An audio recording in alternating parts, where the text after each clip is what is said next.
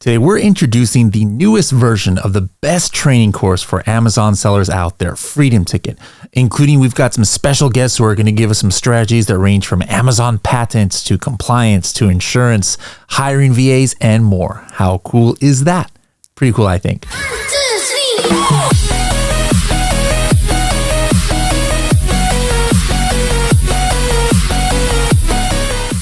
You want to see the size of your niche or your market, maybe how much sales overall is it generating, and more importantly, how the size of your piece of that pie changes over time. Or maybe you want to know when there's a new mover or shaker, an up-and-comer in your niche that you need to be on the lookout for. You can monitor these things and more with Market Tracker by Helium 10. Find out more information at h10.me/market tracker. Hello, everybody, and welcome to another episode of the Serious Sellers Podcast by Helium 10. I am your host, Bradley Sutton, and this is a show that's completely BS-free, unscripted, and unrehearsed, organic conversation about serious strategies for serious sellers of any level in the e-commerce world. And today we've got a special episode, a little recap of our reintroduction to Freedom Ticket 4.0, the premier course for Amazon sellers and Walmart sellers out there. And today we have some special guests like Chris McCabe, and Josh Hadley, Ashlin Haddon, Rich Goldstein, who are going to give us strategies about what their topics in Freedom Ticket was that can help Amazon sellers right now, including Kevin King with a little bit of a history lesson on the Freedom Ticket course. So to find out what we can learn from them, let's go ahead and hop into the workshop. And we have a special guest who's just going to be on here for a little bit, Kevin King. Kevin, do you notice the shirt I'm wearing today? What do you think, huh? This is my version of the Kevin King. I'm not even wearing my blue shirt. You weren't even wearing the Freedom Ticket shirt. I dressed up especially for this. I just ran in here from another call, and I got two other things going on, so I just want to stop by quick. All right, I know you're only going to be here for about 5 minutes, but for everybody out there, just can you give like a brief history of how the Freedom Ticket came about, and then now even people are asking in the chat like what's different about the new Freedom Ticket 4.0. Yeah, sure. So the way the Freedom Ticket came about originally is back in around late 2016. There were some courses out there, and as most of you know, we call them Lambo gurus. They're doing stuff on YouTube or showing screenshots of look how you can make $1 million. I launched. Here's my client Johnny. Here's a screenshot of $100,000 in his first 2 weeks of selling on Amazon. I can do this for you too. And I'm like, you guys are so full of crap. I was going to say another word, but there's children watching. You're so full of BS. Yeah, there we go. Bradley Sutton's. Full of my initials. There you go. You're full of your initials. You're so full of BS. This was a launch. These were all giveaways that you just did. And that's why your sales figures are $100,000, because you just went in the hole $20,000. It's not what you're telling people. And it just got to be frustrating. There's all these people on Facebook. And so someone would post something, someone would ask a question, someone would post an answer, and it'd be totally off base and totally wrong, whether it's branding or how to launch a product or whatever. And it just got to be frustrating with all these people basically, and people that were doing courses, they were leaving out all the stuff, including some of the biggest names in this space. Some that are still around today would show you a course that, look, I can sell it for 20 and I can buy it in China for $3, and look at these crazy margins. That's a 80% margin, profit margin. I'm like, no, you're leaving out all the fulfillment costs. They're not telling the whole picture. So I decided I want to do a course, and I was going to do it. One of the reasons too is that I was doing a fancy wedding in Cartagena, Colombia. I was getting married, and this wedding the costs were getting out of hand. It's like, I got to do something. I need a little extra cash on the side. So why don't I just do a course? And then I talked to Manny and Guillermo, who were the original founders of Helium 10. And they said, why don't you, we're talking with Scott Volker instead of Scott. Why don't we do it with you? And I said, all right, sure. It makes sense to me. We'll just go in, 50-50. We got the VAs, we got the team, we got the audience. You have the knowledge. You put together the course, and we'll put it out there. And I was like, that's a good deal, because if I was going to do affiliate marketing, I'd have to give away probably a 50% commission to affiliates to drive all the traffic to it. So we put it out, and we didn't know what to price it at. Everybody else was like at $5,000. And we're like, we tried $1,497, then we tried $997, and we got about 800, 900 people or so to do it. We shot it in August of 2017 in a Freedom Ticket 1.0, and it was a hurricane that just hit the coast of Texas. Now, I'm not on the coast. I'm about 3 hours from the coast, but this hurricane devastated part down by Corpus Christi and part of Texas, and we got the residual effect in Austin. And so if you look at that course, the very first modules, like the first 10 modules, there's like four people that because we put students there. So we're like, why don't I teach to make it different? So it's not just me on a PowerPoint presentation. So I'm like in a classroom. So we had like 4 students asking questions. And you notice one of those people disappeared, wasn't there the rest of the course. It's because one of the bridges that he had to cross to get from his house flooded during the storm. He couldn't get back. You hear hail on the roof. The audio on that, the video quality was just not very good, but the course did pretty well. Annie and Guillermo was like, you know what, this is not up to Helium 10 standards. We need to like reshoot this thing. So in 2019, and plus some things had changed in the space, so we need to update the course. So in 2019, I came out and like, we don't ever know what Kevin's going to say. Sometimes, he might say something that he shouldn't say, or he needs a babysitter when he's recording this course. So we're going to do proper cameras, proper lighting, proper everything. Kevin, you fly out to Irvine to Helium 10 course, spend a week out here shooting it, and Bradley's going to sit there with you the entire time. And I was like, who's this Bradley guy? He's like, oh, don't worry. He's going to. So Bradley was my babysitter on that first one. I got to do what I wanted. I outlined the entire course. I designed the modules. I wrote the whole thing. But Bradley's there to make sure I didn't cuss, or make sure I didn't say some derogatory remark, or to make sure, whatever. He had his mission. And I think I did a pretty good job. You didn't have to do much. We kept it up to date as things would change from 2019, it's 2020, some things changed. So we reshoot a few modules.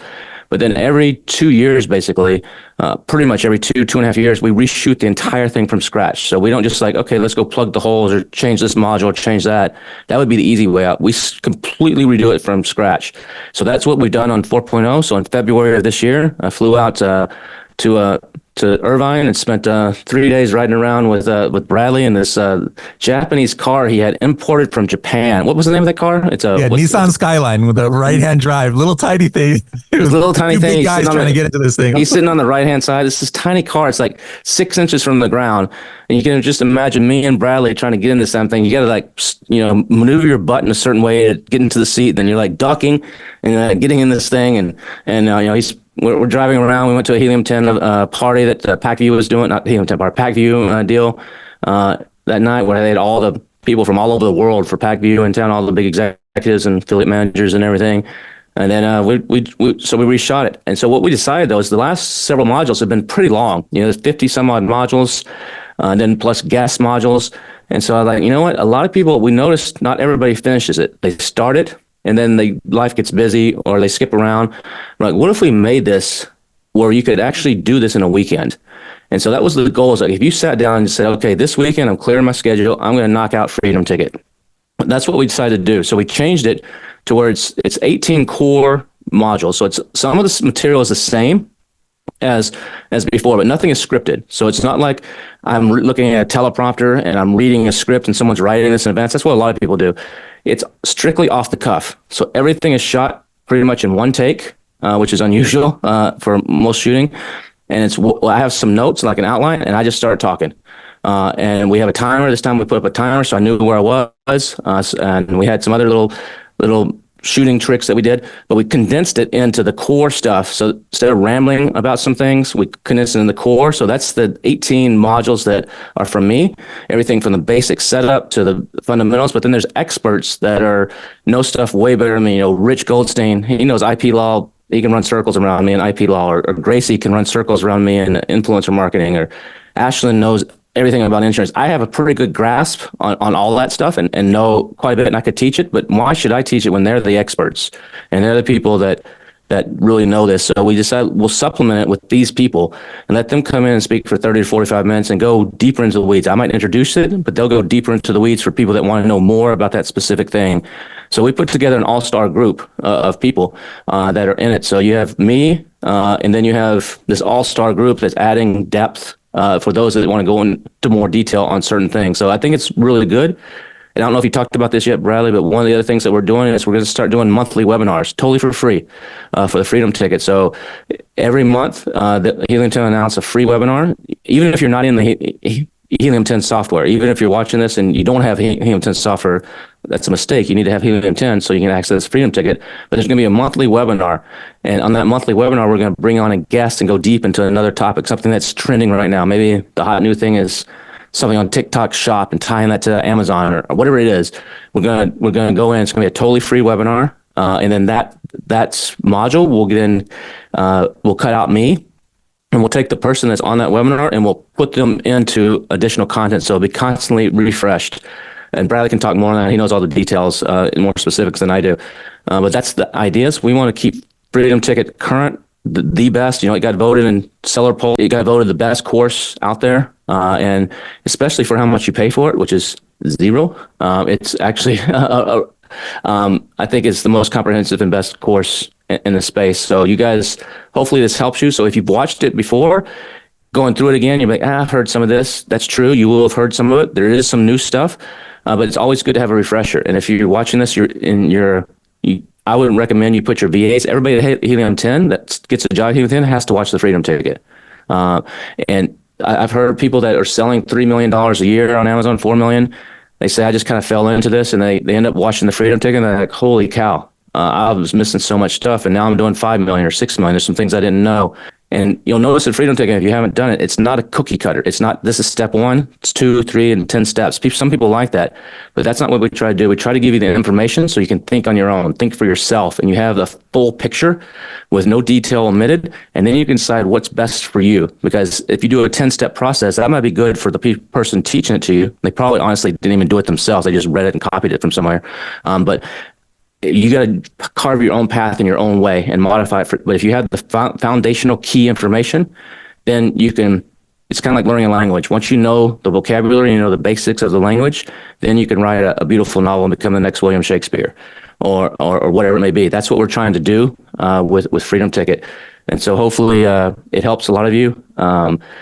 Over 200,000 people have gone through it. The reach and the power of Helium 10 is undeniable. And you guys are lucky that you have access to all the tools that Helium 10 does and everything.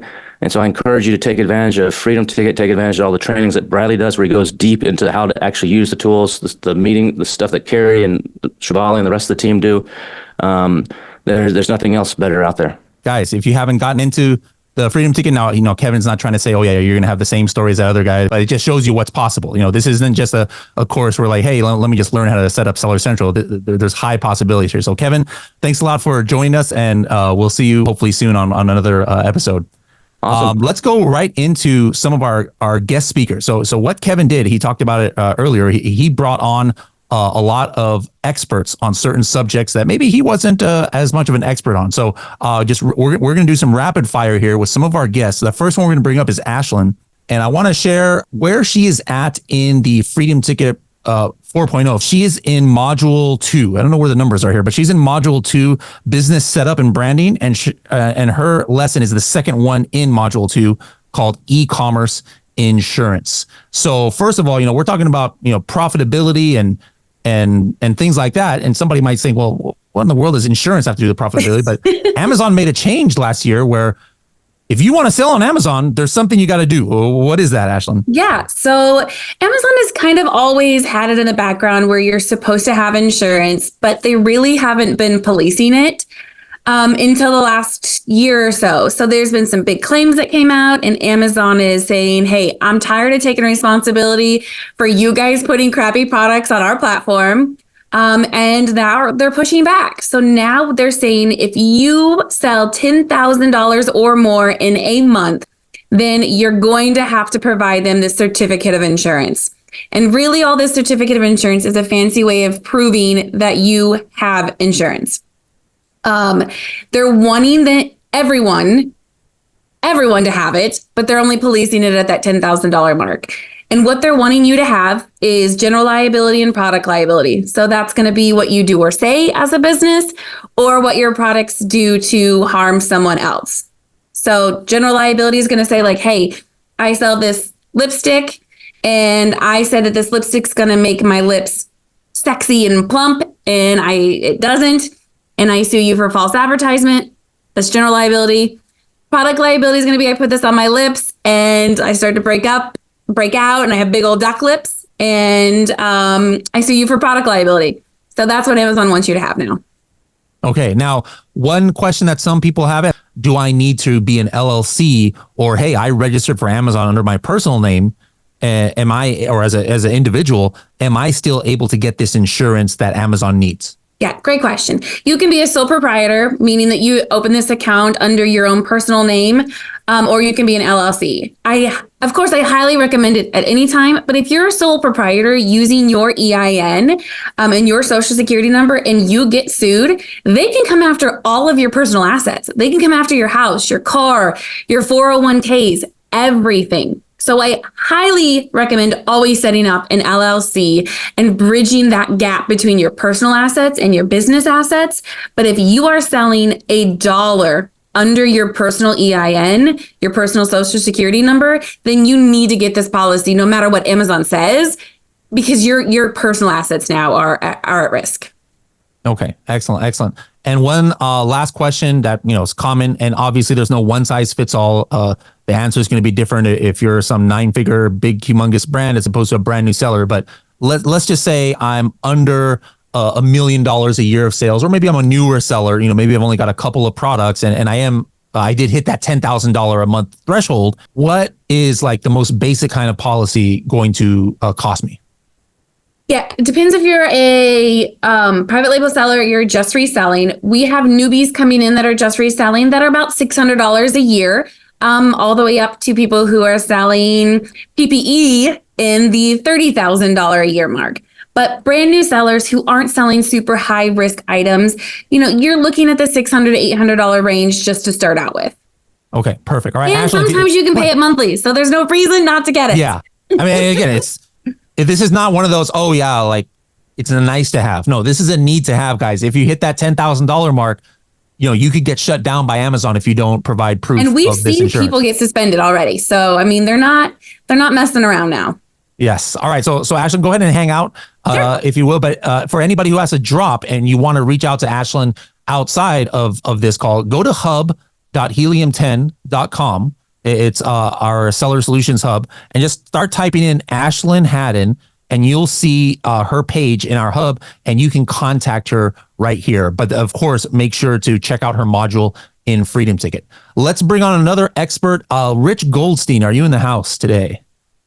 There's Rich. All right. So guys, he's been on the podcast before. And if you guys want to know what module his is here in Freedom Ticket, he's also in module 2 under business setup and branding.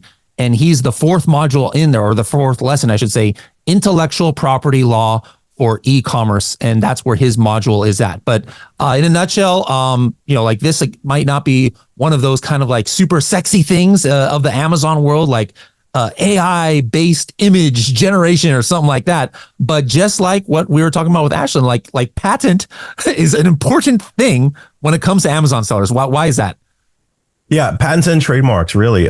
It's for two major reasons. Like, number one is having IP, having patents, having trademarks gives you tools against people that will try to rip you off.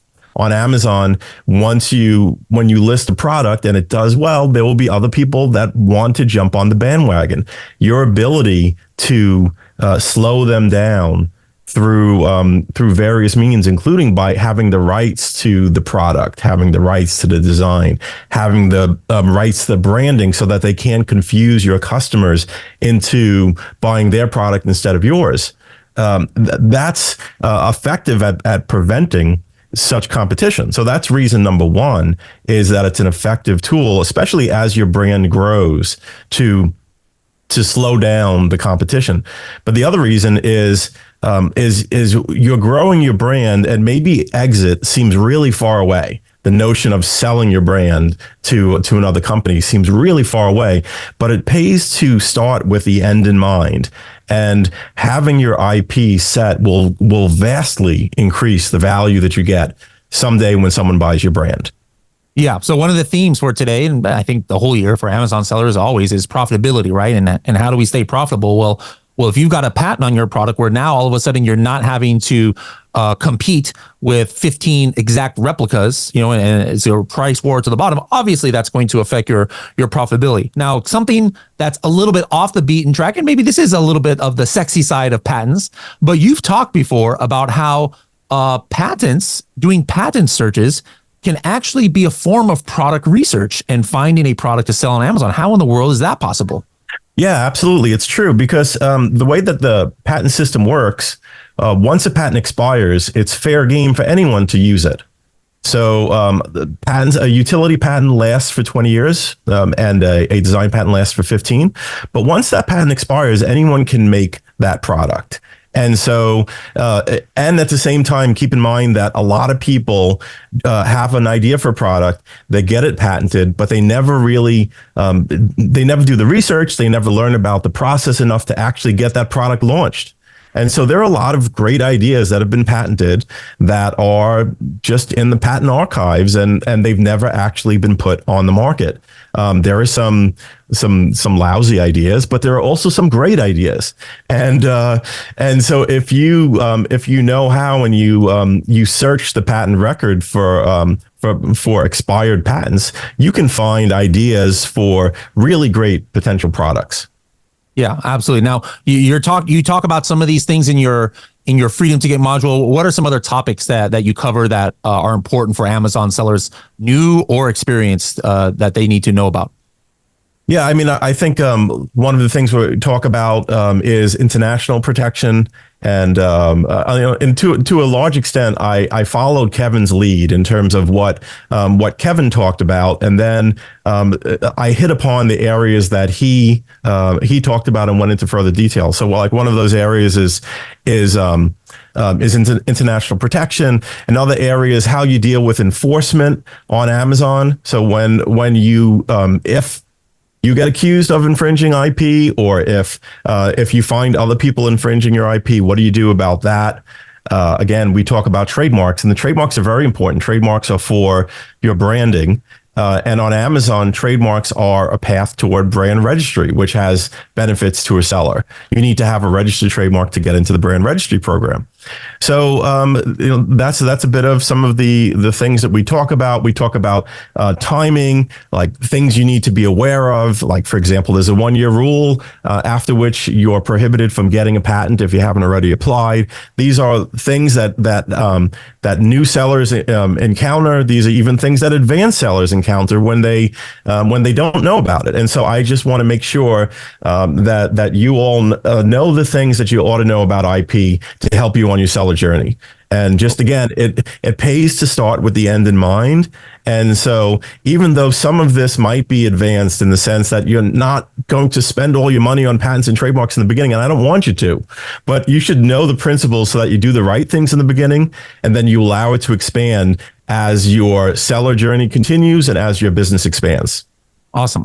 Make sure to check out his module and Freedom Ticket. You can also contact him through hub.helium10.com, and then just start typing in Goldstein Patent Law. All of his contact information will come up there. All right, our next guest instructor who came on is going to be Chris McCabe. Let me show you guys where you can see his module. He's actually at towards the end, module 8 in Freedom Ticket under the subheading Compliance and Risk Management. And his lesson is entitled Keeping Your Seller Account in Good Standing. So make sure to bookmark that if you haven't watched that part yet in Freedom Ticket. So let's go ahead and bring Chris on. And again, we're talking about, hey, what strategies Amazon sellers need to have to stay profitable. Well, obviously, one of the ways that you can be not profitable is if you get your account shut down because you're doing things that are against Amazon terms of service, or you upset them. So that is one of the key aspects of staying profitable on Amazon. So what are a couple of things 2024 going back to 2023 that you see sellers doing that is getting them into timeout with Amazon, getting them in trouble, Chris? Yeah, and it could be account level too, not just ASIN level. A lot of restricted products, violations, and warnings for even just one ASIN in 2024. Those are turning into account-wide suspensions much more commonly than they were last year, or compliance suspensions for adding any unsubstantiated claims, any violation language to a detail page, to back-end keywords. That's always been a thing, but instead of kind of slapping your wrist or striking down an individual ASIN, they're tending to send a warning where they just mention one ASIN, but then if you appeal it, not to their satisfaction, they come back with, we gave you a chance to appeal it. We told you to dispute it if we were wrong in warning you or slapping your wrist, and you did not appeal it to our satisfaction. And then they initiate a review of the whole account and sometimes suspend the entire account, even if it's just that one ASIN. So that's new, newish at least. The other thing is reviews abuse suspensions are back, and they weren't such a big thing most of 2023, I want to say, maybe towards the end of the year. But in Q1, they came back in a big way. So we're seeing that quite a bit. Inserts and packaging. I know you and I have talked about that quite a bit, both recently and over the years. The inserts and packaging, I'm still seeing some wild stuff. It's really easy for a competitor to buy from you. Amazon won't punish a competitor for a valid abuse report about you. And it's easy for them to just take a screenshot of the insert. And the inserts are still all over the map. I don't know who's making these or why they're still showing up in packaging. Maybe it's just the pressures of the inflationary economy. People are trying to grasp at straws, but those are not the straws to grasp at, because a lot of the reviews abuse suspensions are difficult to remedy.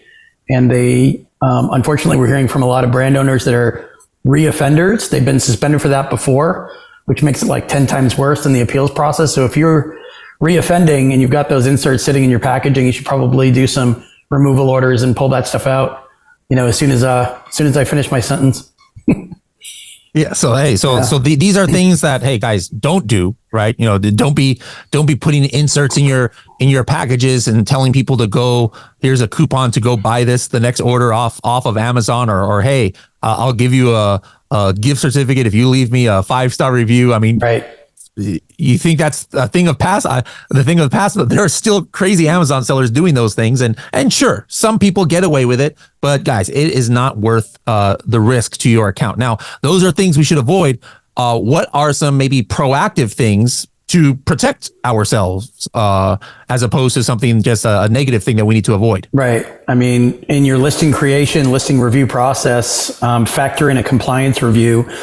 And if it's not an in-house employee, if it's an agency you use, make sure they've got a compliance arm. If it's a company, third-party service, make sure they've got a compliance arm. But make sure whoever is optimizing listings, and again, I understand some people might have sales down or fees are up. There are a lot of financial challenges going on out there, and competition's always fierce. But whenever you're listing or amending a listing, before you go live with those changes, make sure somebody with expert eyes looks at that listing to make sure you're not reaching beyond policy or violating policies to try to get that listing or product to stand out. Because like Bradley was saying a minute ago, if the entire listing comes down, then you're not making any money when you're suspended. Not only that, you're threatening the entire health of the account. And it also risks that somebody's going to start poking around at other listings you have that they haven't flagged yet. I mean, they're using automation. Some AI is factored into it, but it's still not an exact science inside Amazon. I mean, down the road, they might have a really easy way of checking all your listings in one go and figuring out if a violation they found on one ASIN is present on other second listings, third listings. They might just look at one ASIN because your competitor reported you for that one. But imagine in the future, maybe 6 to 9 months down the road, maybe 16 months down the road, they're going to have a way to figure out if you're 100% TOS compliant on all listings very quickly. Yeah. Ultimately, they review the account for suspension because they're thinking of suspending it if they find violations. And it's easier and quicker for them to just take a quick look, find violations, suspend the account, versus sending you messaging on each individual ASIN, sending you a policy warning each individual time. That's time consuming. They have to set reminders. They have to go back and look at you again. It's better for them to get it all in one investigation.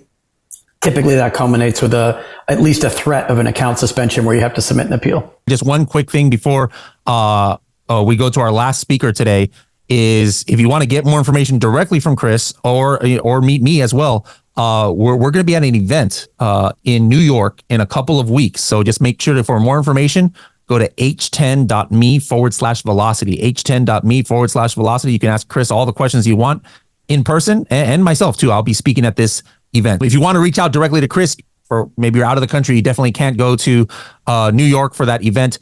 You also can reach out to Chris from our hub. Go to hub.helium10.com, type in e-commerce Chris, no spaces, and you'll find out how to reach him. Let's go to our last guest of the day, and it is Josh Hadley. And let me show you guys where you can find his module. I've already heard from a lot of people that they really found this informative. This is one of the newer ones we have had in Freedom Ticket. We've had Chris in previous Freedom Tickets. We've had Rich. This is a brand new topic in Freedom Ticket 4.0. and it's in the module 9 under continuous learning and adaptation. His lesson is entitled Finding and Hiring VAs and Managers for Your Business. All right. So this is something that definitely has to do with what we're talking about and being able to scale your business, being able to stay profitable. Amazon sellers get to a point, guys, where it's like, I can't do everything myself. The beauty about Amazon is that you can start an Amazon business by yourself. You can probably scale up to a few products and some decent sales by yourself. But whether you have a day job or not, you're going to reach that point where your growth is going to be stunted if you don't get help. Now, it's a very subjective question, but Josh, like how does somebody know if they've reached that point where, hey, I need to get help with my business?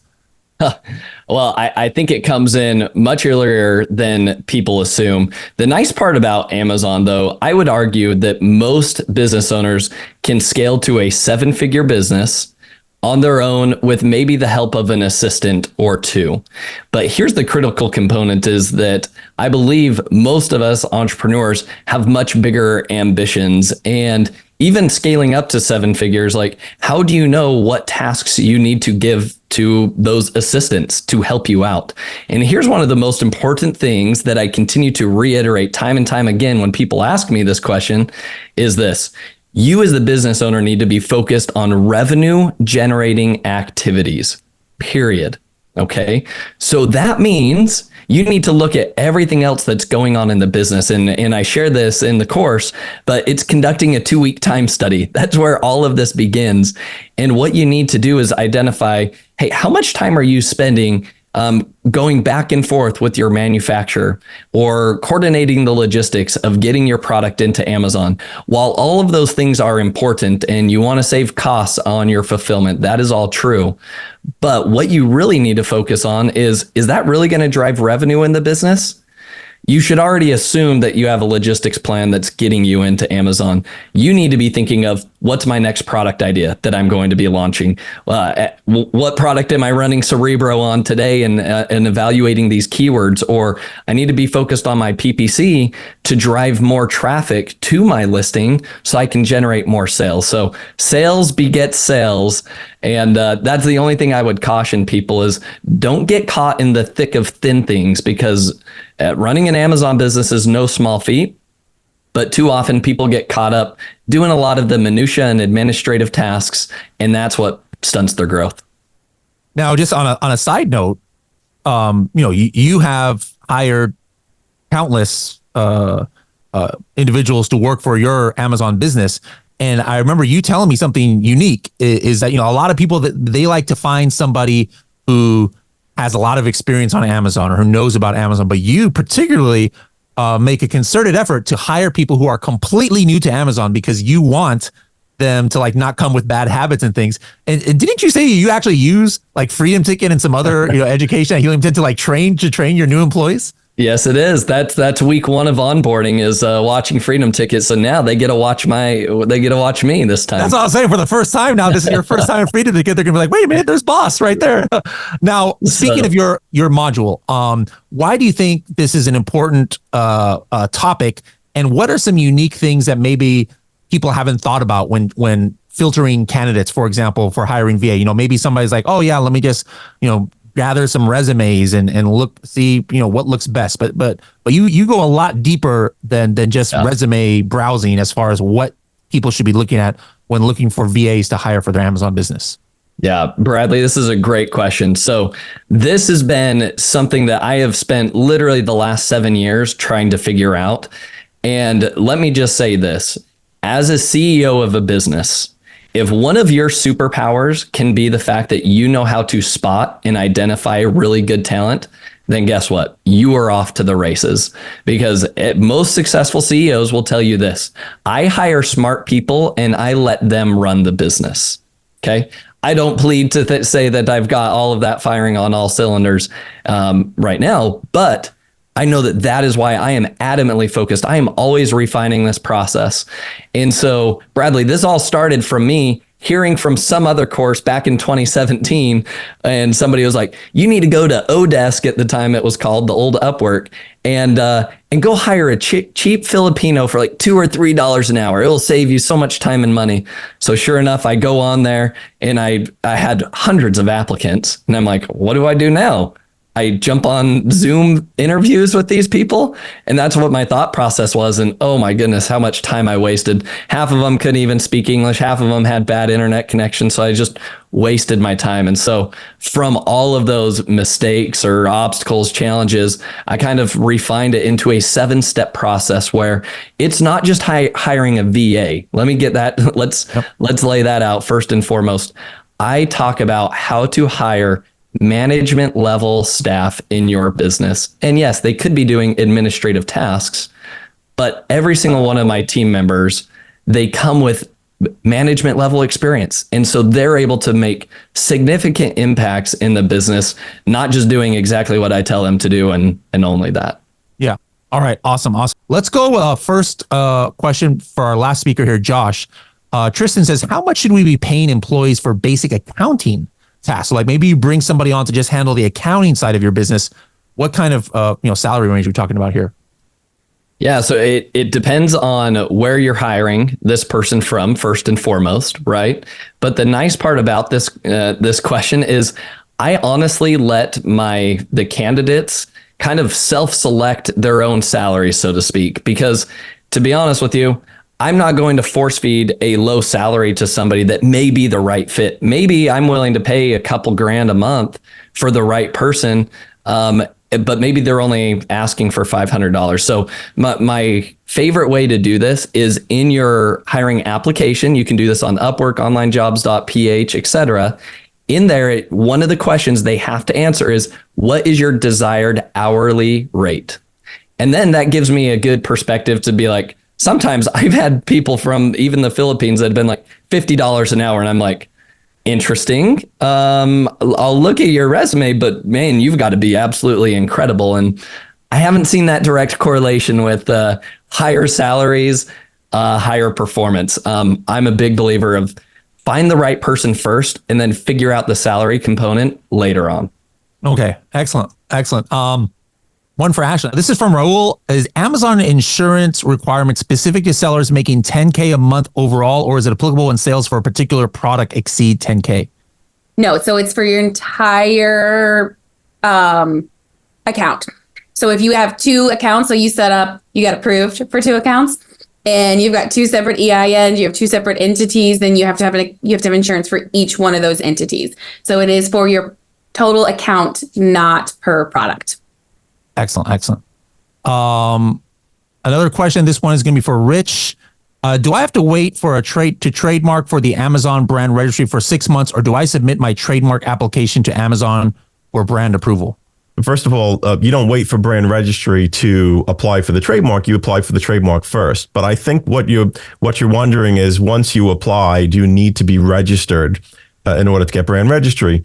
Once you apply, you can go into your seller account and ask for brand registry. And there's a process where they'll send a code to your attorney that you then put back in your seller account, and will generally give you brand registry even before the trademark gets registered. Okay, excellent. Thank you very much for that, Rich.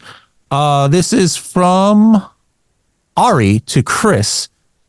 What about insert cards that say to register for a chance to win a gift card to collect email addresses, but they're not specifically mentioning leaving a review? How would we phrase it? And we can't offer extended warranty. Don't do raffles, don't do contests, don't do gift cards, don't do giveaways. Anything that could potentially net a positive review, whether or not you ask for it, can result in a takedown. And if you've been caught before, you definitely don't want to try it.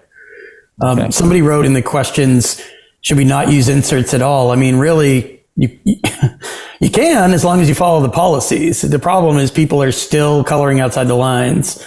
So, I mean, very clean, very objective, not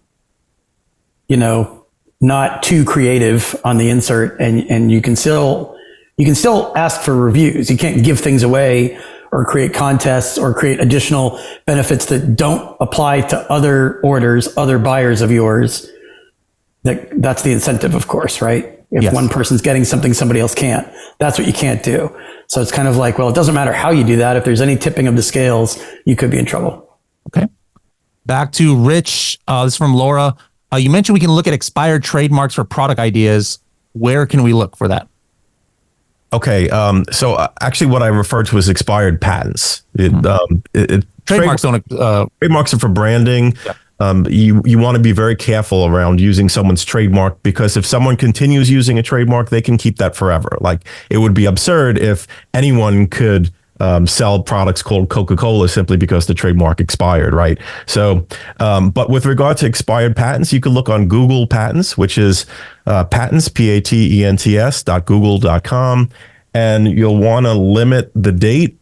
And it's helpful to know a few things about it, but I would say if you limit the date to granted 25 years ago, then or documents that were more than 25 years old, then you'll probably be safe. You'll be, very low risk.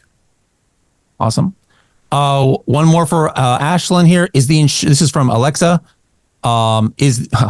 Every time I say that now, my Alexa is going off here. Is the insurance required for the U.S. citizens only? I'm in Germany. Should I get the insurance? So I'm assuming she means selling, or well, first of all, do foreign sellers selling in U.S. have to get insurance? And what about foreign marketplaces, like somebody selling Amazon Germany? Do they have that requirement?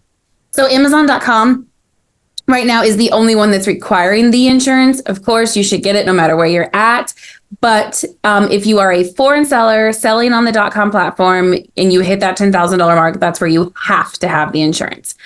Most of the insurance carriers will not allow you to have a foreign entity. So you are having to set up a US EIN in order to get US insurance. So just know that there's a little step that we have to kind of go through in order to get you the US insurance. Awesome. All right. One last thing. Somebody mentioned I didn't give the contact information for Josh. So Joshua, how can people find you out there? Yep. So you can find me at josh@ecombreakthrough.com. That's ecom with 2 M's. All right. Well, everybody, thank you, guests, for joining us. Make sure to check out their Freedom Ticket modules. Thank you, everybody who joined us. Chris, Josh, Kevin, Rich, Ashlin, thank you so much for joining us. Thank you for lending your knowledge to the Freedom Ticket, and we'll see you guys later. Thank you. Bye now.